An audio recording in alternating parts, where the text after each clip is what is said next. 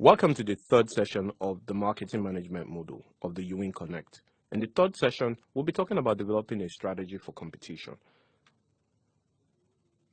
The objectives of this session is to help understand the basic competition strategies. We would also list competition strategies that arise from marketing. We would evaluate and select a suitable competition strategy for your business.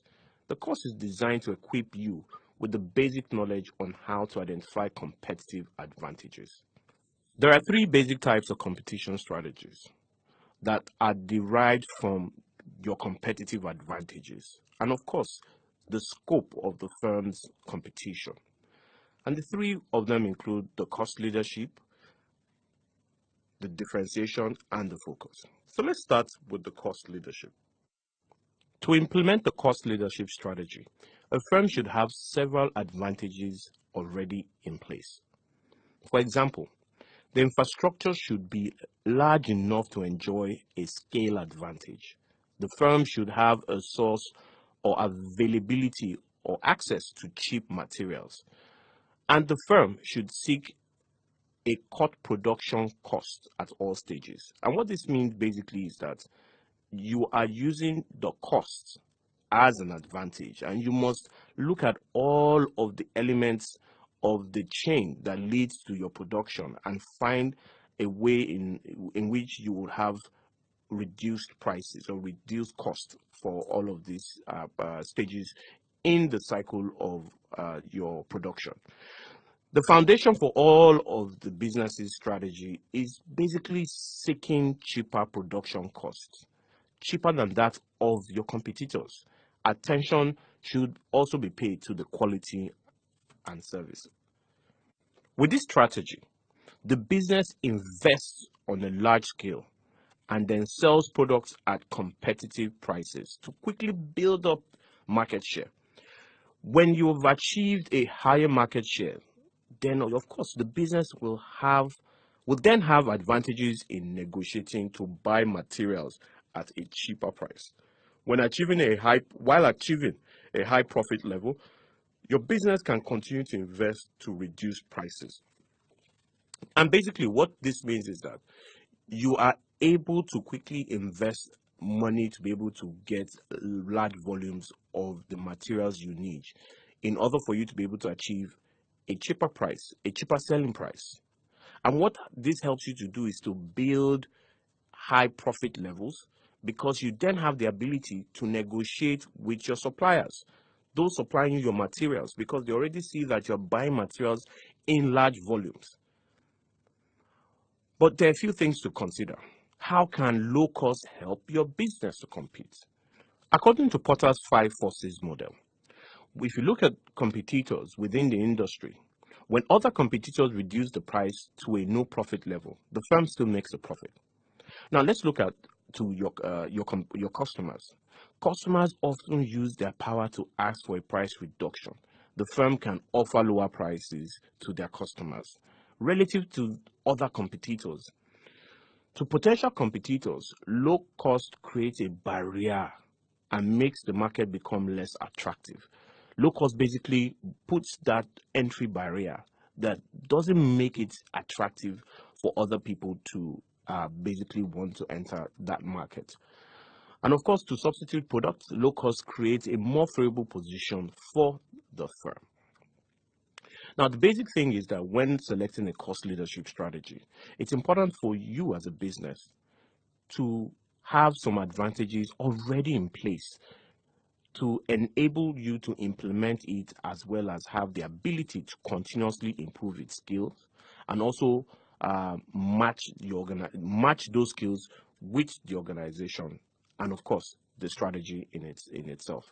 Now let's look at differentiation. To implement this competitive strategy, your business needs to create some distinctive features which are highly valued by customers for their uniqueness. The focus here is the customers. There are a number of ways to create this. The best way is to make the product different in specific ways. For example, it can be different in terms of functionality or service, but it should be noted that the business still has to take into consideration the cost factor, even though cost is no longer the most important object or is no longer the most important objective in this strategy. By creating distinct features, the firm or the business can pique interest and encourage loyalty in its customers. Customers will become less sensitive to price because it is difficult to compare the firm's products with the competitors. Therefore, the business can sell the product at a higher than average price, earn a higher profit, and use the profit to further improve its distinct features.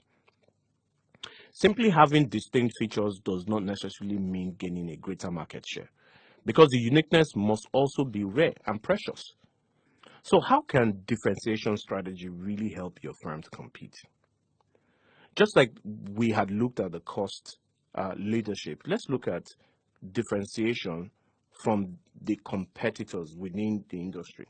Loyalty makes the customers feel less sensitive to price. When customers are loyal to your product, they will not think about price. We can use the example of the Apple product.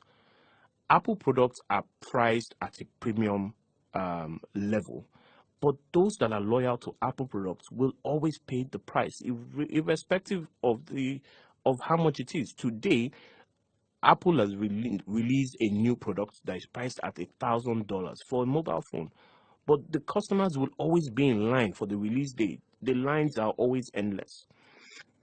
Now, customers will find it difficult to compare between products.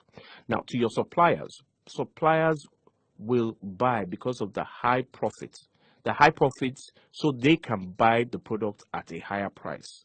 To potential competitors, the uniqueness creates a barrier or hindrance and makes them not want to enter that market which you are playing in. And of course, to substitute products, the firm has more advantages than its competitors in the industry in competing with substitute products. Now, let's look at the final one, which is really the focus. And if you look at the focus strategy is implementable when the firm needs or has decided to focus on a special group of customers. All the business's strategy should focus on providing the best service to this group, which is a niche really. When serving a small group of customers, the firm can outperform competitors because they have to compete in the broader market.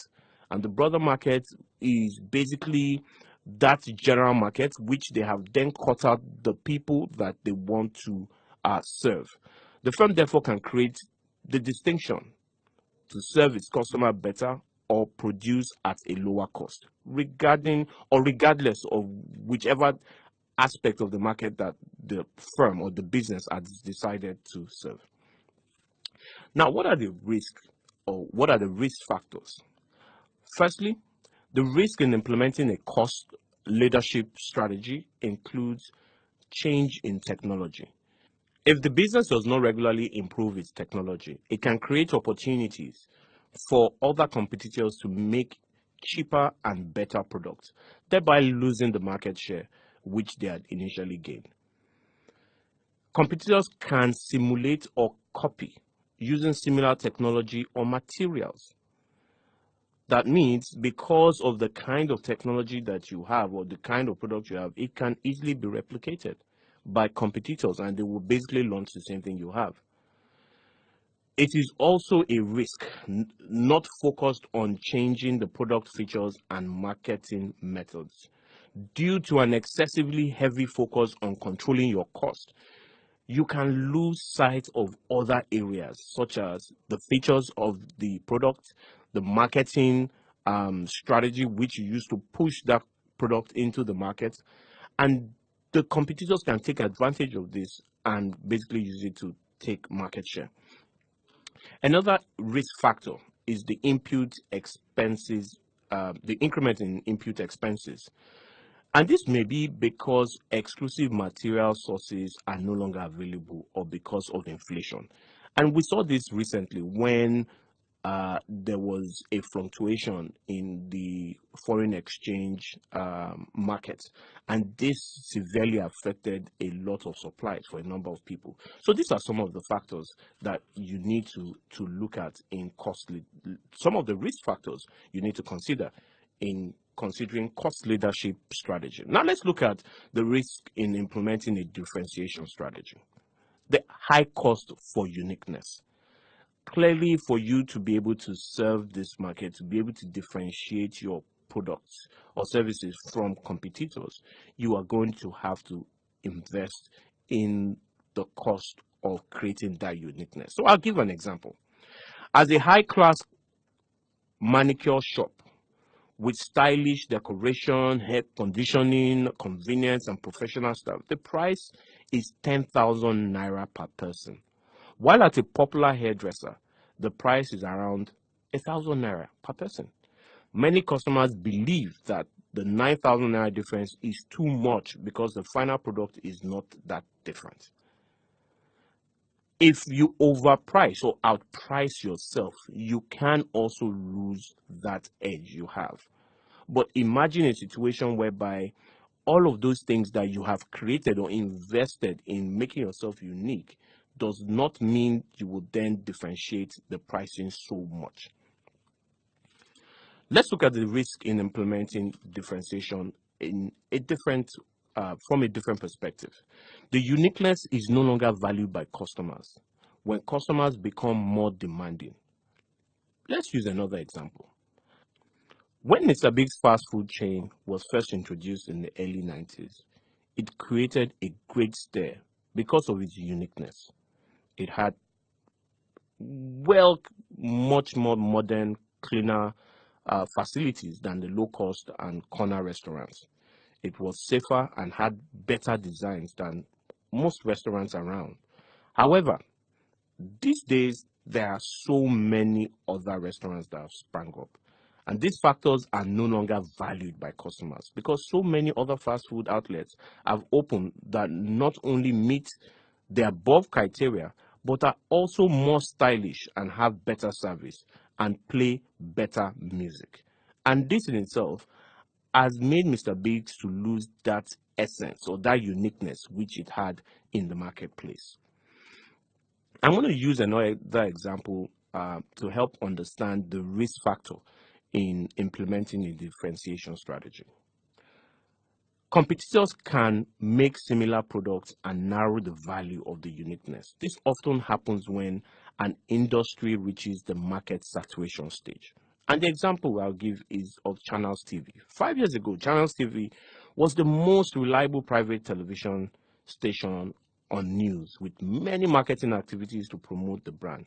Today, there are so many more TV stations that offer the same quality of service on news.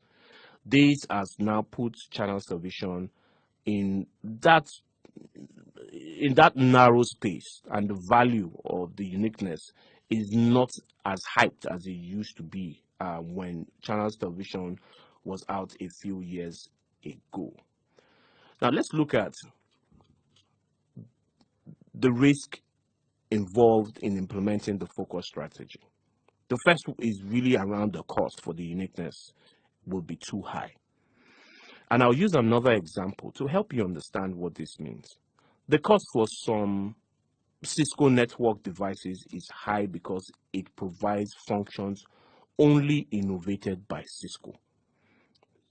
Another risk in implementing focus strategy is the not much difference in demand between the special group of customers and the mass market. An example of this is the ceramic kitchenware for microwaves, which is targeting rich families with microwave ovens. This might not be welcome because products currently available on the market can be used in the microwave ovens anyway. And this honestly doesn't make it that much different in terms of the demand for that product. Another risk really is around for implementing the focus strategy, really around competitors' jump in the segment for the special group of customers.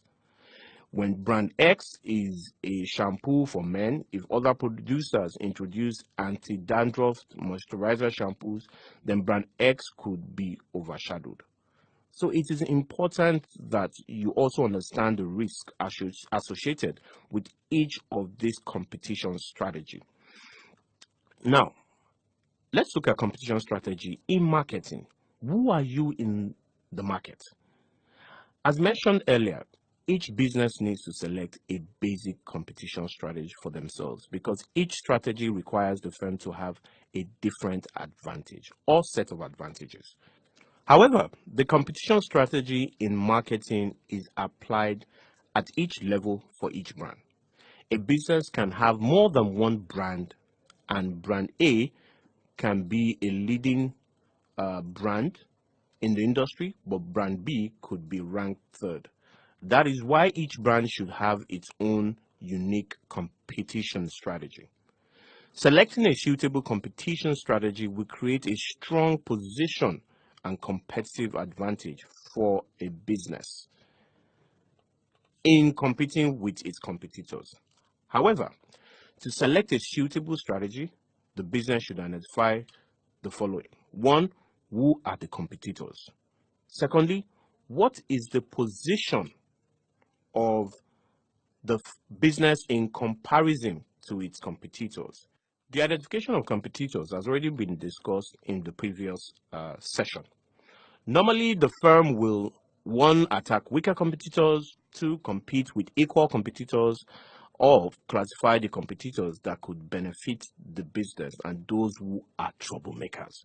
From the identification of competitors and the position of your business in relation to competitors, the business can select one of the following competition strategy.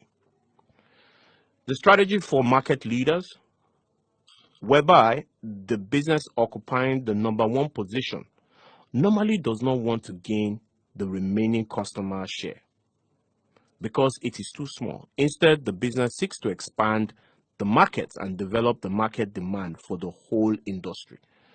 When the pie gets bigger, they will benefit most because they have the largest market share.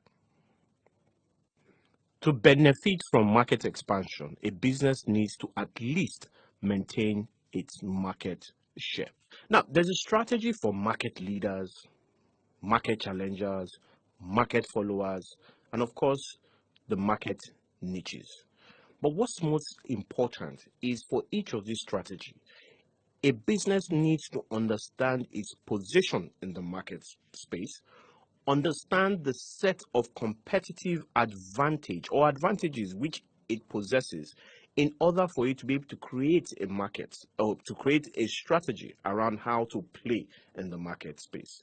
The most significant or the most important thing is that when using the strategy, you need to understand that your business must play a specialized role. And that specialized role is what is constantly going to give you the edge in the marketplace. We have now come to the end of session 3. Please complete your end of session activity.